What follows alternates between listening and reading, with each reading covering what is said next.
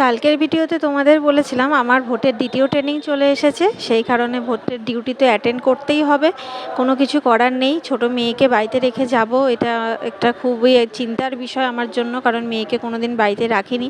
যাই হোক, ম্যানেজ তো করতেই হবে যেভাবে। তো রেডি হয়ে তো আমি বেরিয়ে পড়েছিলাম। গন্তব্য রানাঘাট বোঝোবালা স্কুল। তো আমার যেতে যেহেতু 5-7 মিনিট লাগবে, আমি ওই 1:45 নাগাদ বেরিয়েছিলাম আর পৌঁছে গেছিলাম 2টো থেকে 5টা। এই 3 ঘন্টা ছিল আমাদের ট্রেনিং পিরিয়ড। তো আগেও বলেছি এটা হলো গ্রুপ ট্রেনিং, কারণ আমরা যে 4 জন ভোটের ডিউটি করব, সেই 4 জন আজকে একসাথে ট্রেনিং করব। এই 4 জনে আমরা কে কে থাকবো তোমাদের জানিয়ে দিই। প্রিজাইডিং অফিসার, যার গুরুদায়িত্ব সব থেকে বেশি। তারপরে আছে ফার্স্ট পোলিং, প্রিজাইডিং অফিসারের কোনো কিছু হলে ফার্স্ট পোলিং সেই দায়িত্ব পালন করবে। সেকেন্ড পোলিং, যে খাতার মধ্যে আপনারা সই করেন ভোট দিতে গিয়ে বা টিপ ছাপ দেন, সেই খাতাটা উনি মেনটেন করবেন। আর থার্ড পোলিং, যিনি হলো ব্যালট ইস্যু করবে, মানে মেশিন থেকে বোতামটা টিপবে তবেই আপনি ভোট দিতে পারবেন, নালে ভোট দিতে পারবেন না।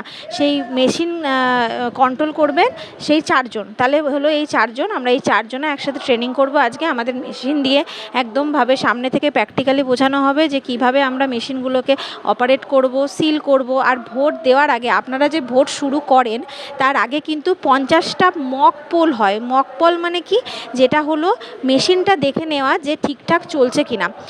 যারা এজেন্ট থাকবে, পার্টির এজেন্টদের ডাকা হবে এবং তাদের সামনে 50টা ভোট দেওয়া হবে। তার মধ্যে একটা ভোট কিন্তু অবশ্যই নোটাতে থাকবে, এবং এই 50টা ভোট দেওয়ার পরে সব রেজাল্ট তাদের সামনেই দেখানো হবে এবং দেখানো হবে যে মেশিন ঠিক আছে।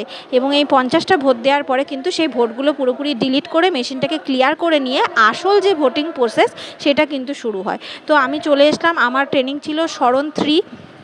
এখন তো স্কুল প্রচুরই পাল্টে গেছে, কারণ আমরা পড়েছি অনেক বছর হয়ে গেল, প্রায় 10-12 বছর হয়ে গেল কি তারও বেশি হয়ে গেছে আমরা স্কুল ছেড়েছি। এর মধ্যে স্কুল অনেকই পরিবর্তন হয়ে গেছে। তোমাদের একটা কথা বলি, আমি ফার্স্ট ট্রেনিংটা করেছিলাম সেকেন্ড পোলিংয়ের, মানে যে খাতার মধ্যে আপনাদের সই করাবে, টিপ ছাপ নেবে, আর খাতার মধ্যে আপনারা যে ডকুমেন্টস নিয়ে ভোট দিতে যাবেন সেইগুলো নথিবদ্ধ করে রাখবে। সেই ট্রেনিংটা আমার ছিল ফার্স্ট ট্রেনিংয়ে, সেকেন্ড পোলিংয়ের ট্রেনিং। কিন্তু আমার এইবার ফাইনালে এসেছে থার্ড পোলিং, মানে যে মেশিনটা অপারেট করবে, মানে ওই ব্যালট মেশিনটা আপনাকে দেব, তবেই আপনি কিন্তু ওখানে ভিতরে গিয়ে ভোট দিতে পারবেন। আমি সুইচ টেপা না পর্যন্ত আপনারা ভিতরে গিয়ে ভোট দিতে পারবেন না। তাই ওই মেশিনটা, কন্ট্রোলিং মেশিনের দায়িত্ব পড়েছে আমার ওপর।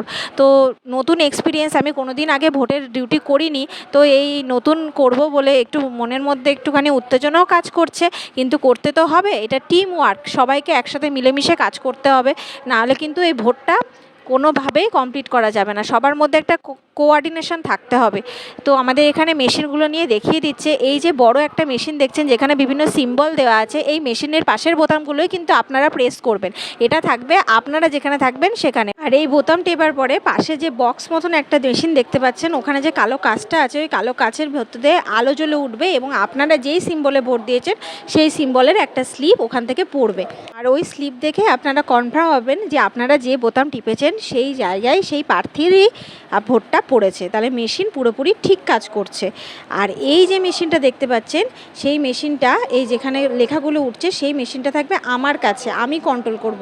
ওখানে আমি বোতাম না টেপা পর্যন্ত আপনারা ভিতরে গিয়ে ভোট দিতে পারবেন না। আর 2 ঘন্টা পর পর আমাকে এখানে টোটালে প্রেস করে দেখতে হবে যে কতগুলো ভোট পড়েছে, এবং সেই রিপোর্টটা পাঠাতে হবে কিন্তু ইলেকশন কমিশনের কাছে। যাই হোক, ভোটের ট্রেনিং শেষ হলো, আমি বেরিয়ে এলাম। এটা গুরুত্বপূর্ণ একটা ট্রেনিং ছিল, তোমাদের সবার কাছে আমি পৌঁছে দিলাম যে কিভাবে আমাদের ভোটের ট্রেনিং হয়।